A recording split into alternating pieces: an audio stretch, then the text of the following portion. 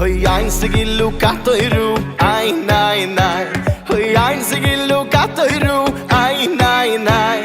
The under shayu kisru while kayisru while. The under shayu kisru while, ein nein nein. Hoy einzige Lukatoiru, ein nein nein. Hoy einzige Lukatoiru, ein. Hello everyone. After giving the fundamentals of how important it is to go over the Parsha of the week on time, since the Gemara is insistent, you can't do it earlier or late. The question is, what are we supposed to do when there's a gap between outside of Israel and Israel itself? Let me propose the question like Rav Betzalel Stern does in his Shut B'tzara Chochma. Exactly like this year, you're a Ben Chutz La'aretz, you live, say, in America, and you are in Israel for Shavuos. The second day of Yontif for you is a regular Parshat Naso for Israelis.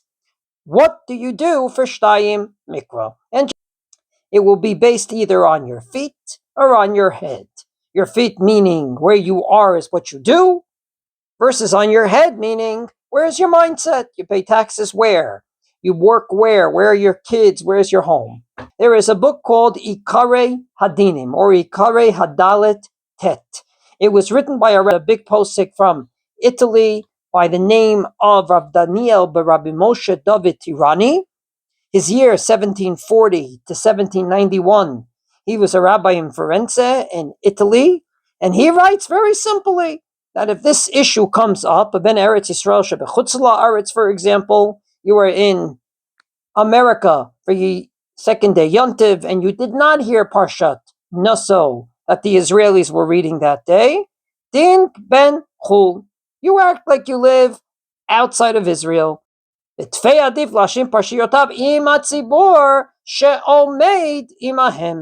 do like where you are. So that basically means if you were Yontiv in Chutz La'aretz, you basically on Sunday or Shabbos at Mincha start Parshat Naso. You will eventually make your way to Israel, and you'll have to then maybe make up two Parshas. But until you get to that situation, you act like where you are.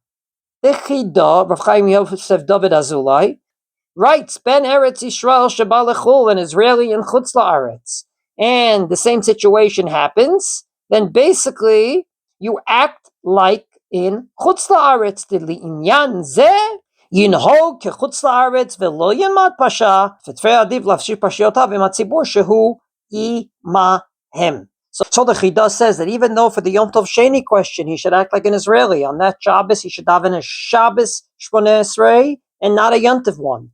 When it comes to Shnayim Mikra Ve'echad Targum, he acts like a Ben Chutz La'aretz, because there you have to do what the community is doing around you. So therefore, very simply, if an Israeli is one Parsha behind, he remains one Parsha behind up until the time that he returns to Israel. And the Rav Betzalel Stern, who proposed the question, he starts with, say, an Englishman who was in Israel for second day Yontif for him, Parshat Naso for Israelis. Then he says, in a very innovative way, that this fine gentleman who's keeping second day Yontiv, not Shabbos per se, is not obligated in doing Shtayim Mikra.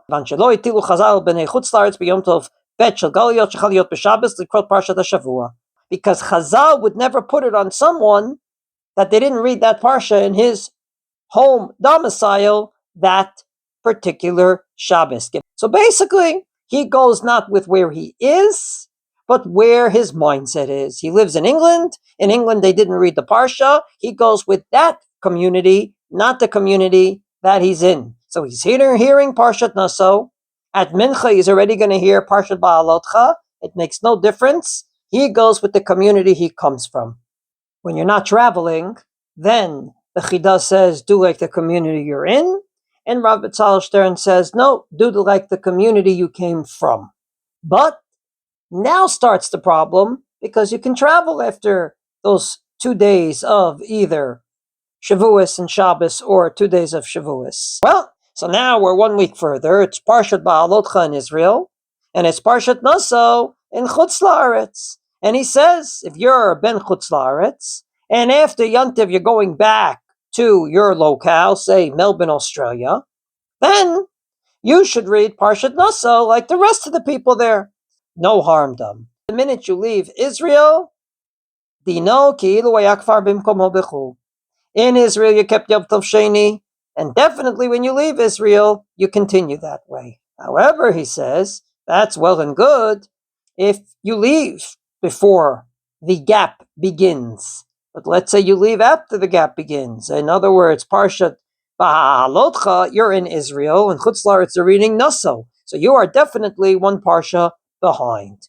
Because the Shabbos before Parshat Naso in Israel, you were keeping second day Yontiv, and you were not reading Shnayim Mikra Ve'echad Targum, and you're about to go into a Shabbos, which is Parshat Ba'alotcha in Israel, where you didn't read even Parshat Naso as of yet.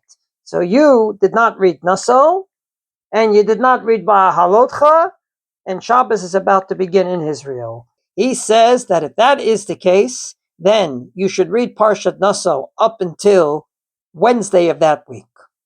Wednesday of that week, as we said, till the time you can make Havdalah, that's the time that you change over.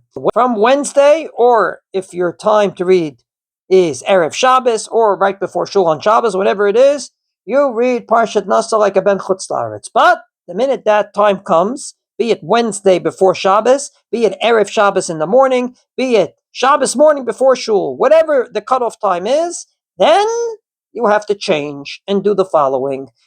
Read Parshat Ba'alotcha first, and then make up Naso afterwards. Just like when you do Tashlumin, make up a missing davening, you do that davening first, and then you make up the missing one. And then he goes further.